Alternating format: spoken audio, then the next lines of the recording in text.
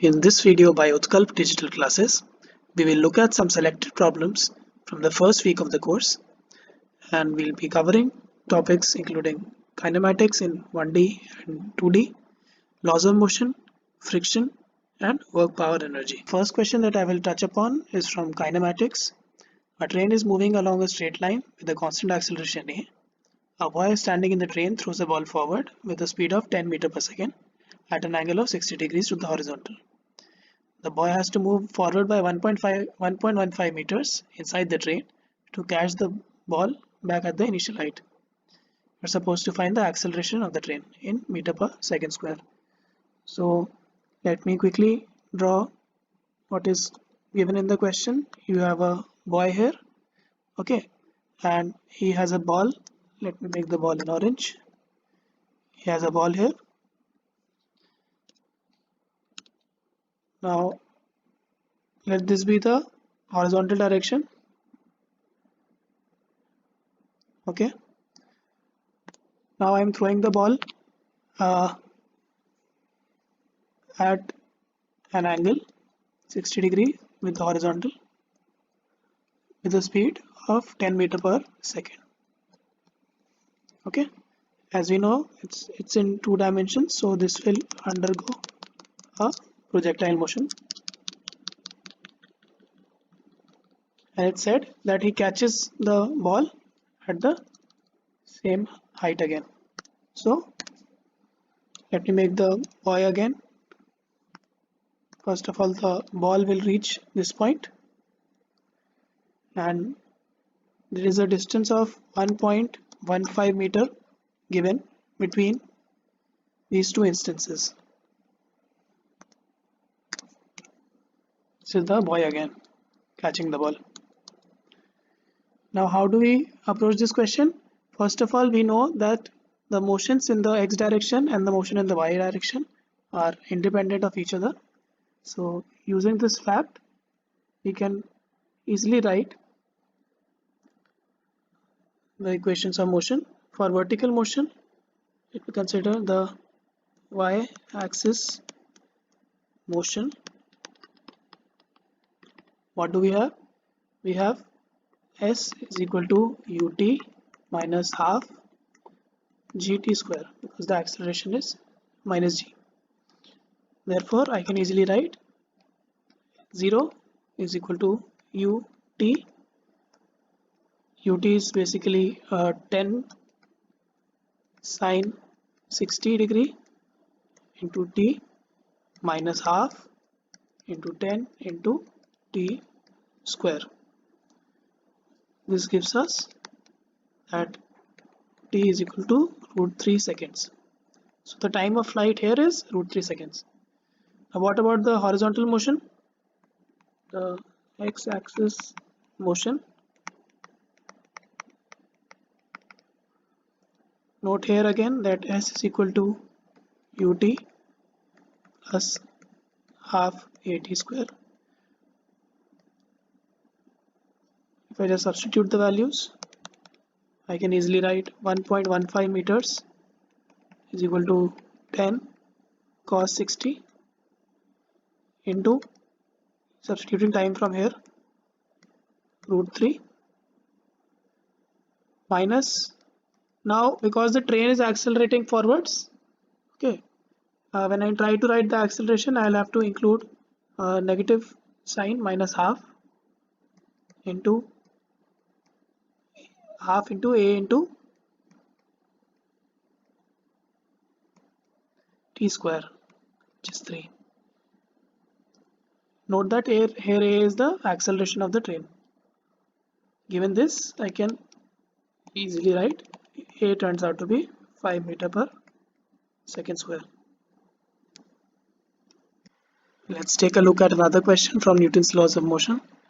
A long horizontal rod has a bead which can slide along its length and initially placed at a distance L from one of the ends A on the rod.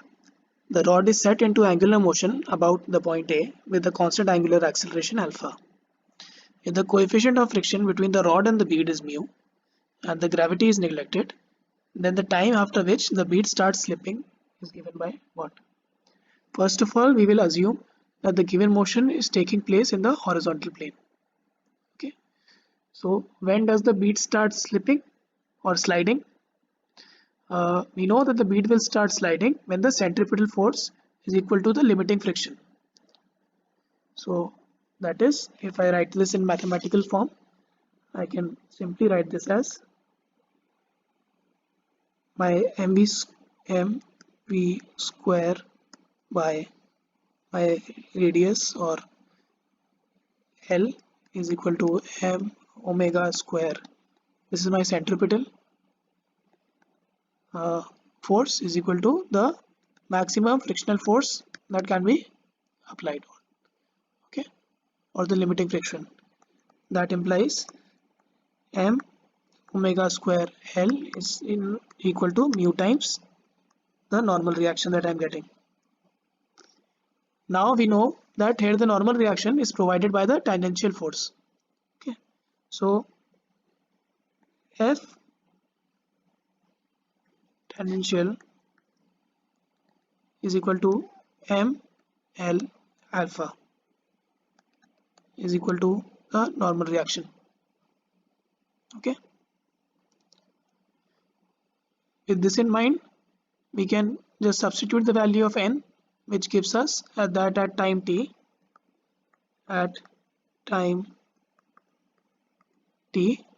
what do we have? Omega is equal to 0 plus alpha t. That implies omega is equal to alpha t. Okay, now what does this say? This says that m omega square L is equal to mu times m L alpha. I am just using this equation, and now instead of omega I am substituting alpha t. That implies m into alpha t whole square L is equal to mu m L alpha. That implies alpha t square is equal to mu, or this gives us that t is nothing but root over mu by alpha. Okay, note here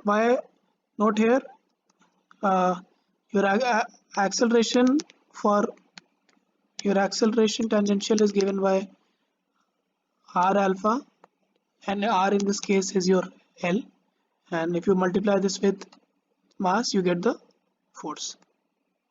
So our final answer is root over mu by alpha. The next question that we look at is from relative motion. In a car race on a straight road, car A takes a time t less than car B at the finish and passes the finishing point with a speed v more than that of car B. Both the cars start from rest and travel with a constant acceleration a1 and a2 respectively. You're supposed to find that velocity v. So let's just start with writing what is given to us. So it's given that your initial velocity for both are 0. Okay, let this be the total distance of the track. Finally, I can write that my v velocity of A is nothing but a1 times t naught, using v is equal to u plus at, and similarly for vb is equal to a2 times t naught plus t. This is what is given in the question. Now what we need to see is we need to find v, which is nothing but va minus vb, or I need to find a1 minus a2 t naught minus a2 into t. This is what I need to find. Now how do I proceed with this? I have the displacements for both xa is equal to how much? It's half a1 t naught square, and displacement for the second one is equal to half a2 t naught plus t whole square. But we know that these two displacements are the same, so that implies root of a1 into t naught is equal to root of a2 into t naught plus t. Given this, I can simplify this and write this down as root of a1 minus root of a2 into t naught is equal to root of a2 into t. So I'll just mark this as my second equation. Let's mark this as the second equation and mark this equation as the first equation. Now with this in hand, from 1 and 2 we can easily just substitute these things back. So my v is nothing but a1 minus a2 into root a2t by root a1 minus root a2 minus a2t.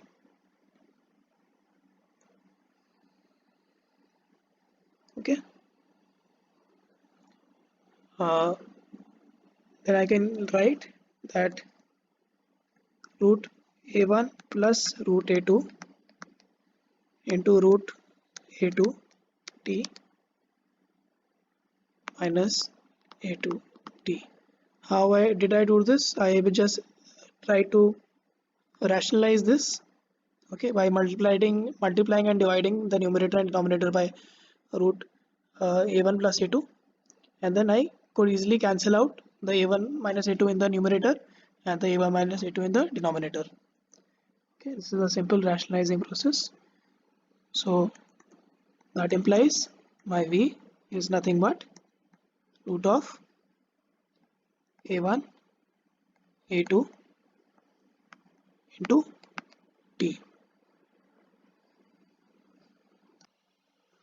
Let's look at the next question. The blocks A and B are shown in the figure have masses MA is equal to 5 kg and MB is equal to 4 kg. The system is released from rest. The speed of B after A has traveled distance of 1 meter along the incline is given by what? Now, in order to just quickly summarize whatever is happening here, it is essential that we just make the different forces. So I zoom into the figure to tell you about the different forces that are acting, and maybe you can learn something from it.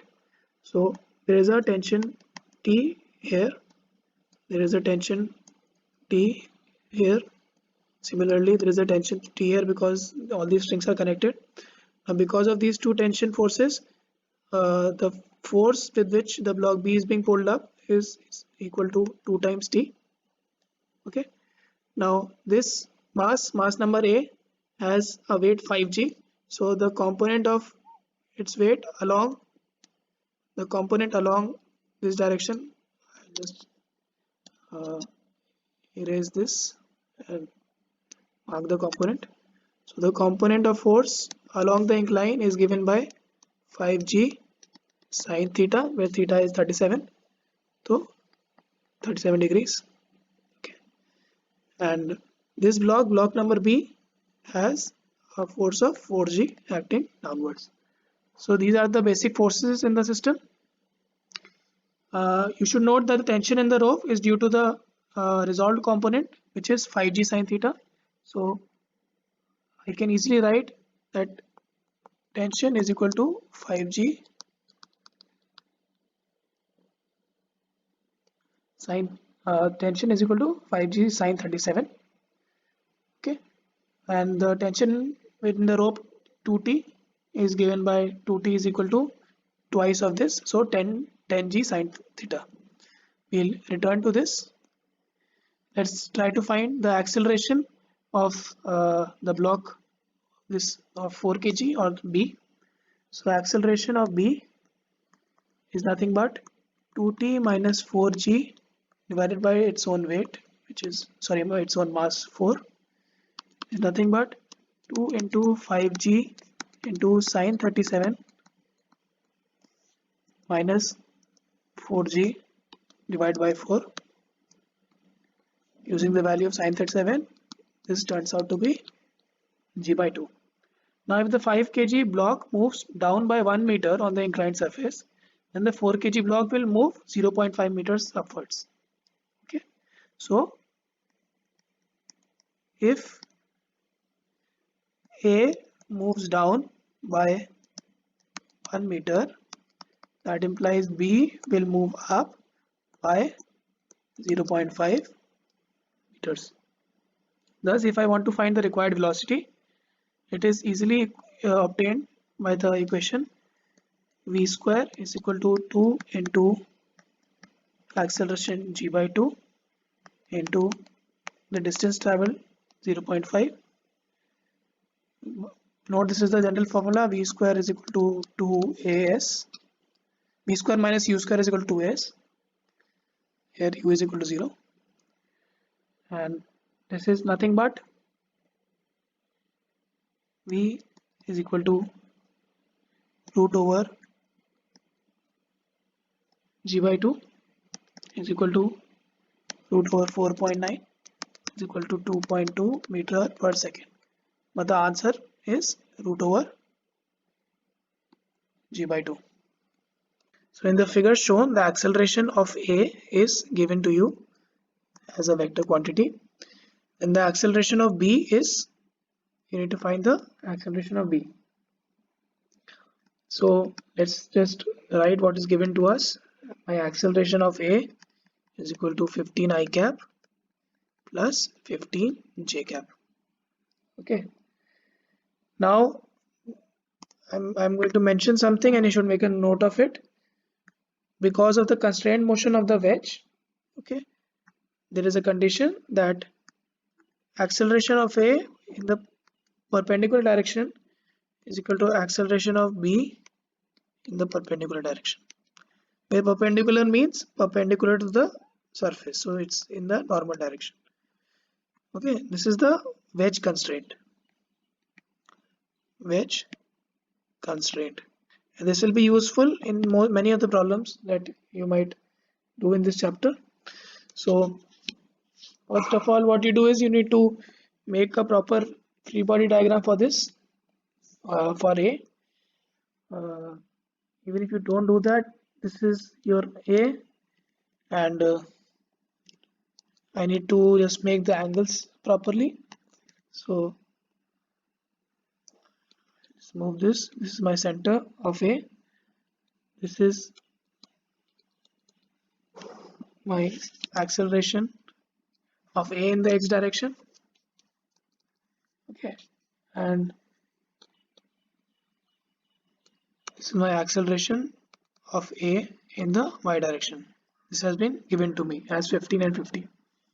Okay, now I need to split them along the normal, and I need to see what components to write.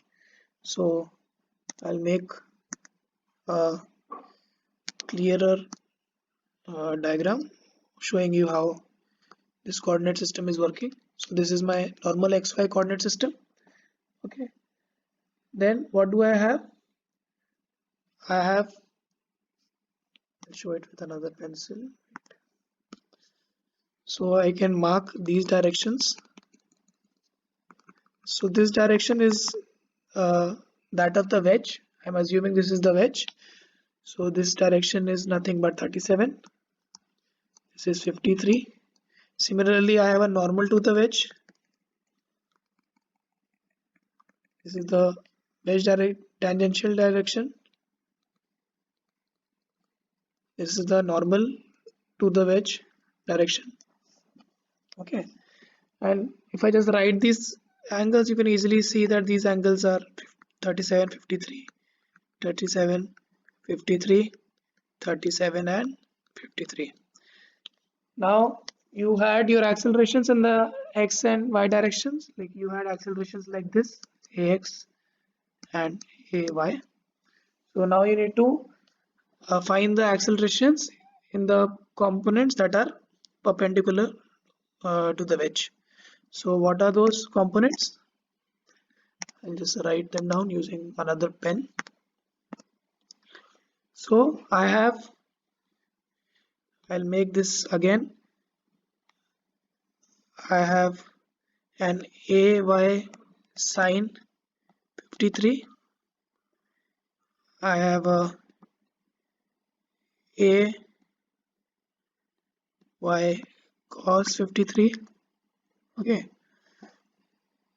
in the same direction I have a ax sin 53, and in the opposite direction I have ax cos 53.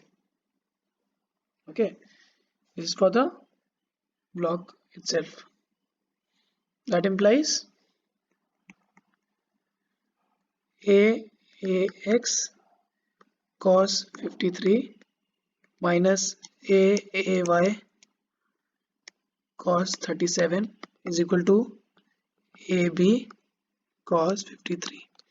Note why I have written this, because my wedge B can only move in the